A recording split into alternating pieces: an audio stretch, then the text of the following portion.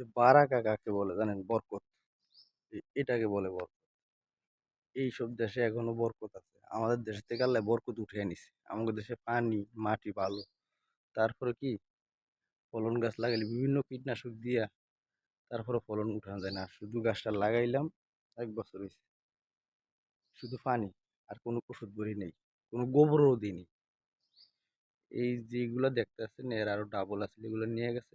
এগুলার বাড়ি গাছটা ভেঙে দিতে আছে। তো এইগুলা আজকে একটা মাচা দিয়ে দিলাম। এটা রেখে বরকত। আমার হাতে লাগানো এই যে নির্বাড়ি সকল গাছ আমার হাতে লাগানো বাদাম গাছ, খেজুর গাছ এগুলো সব আমার হাতে লাগানো। সবচেয়ে সুন্দর লাগতেছে এই দুইটারে। এই যে ৩ ফল গাছ কত বাচ্চা বাচ্চা গাছ। ঠিক আছে?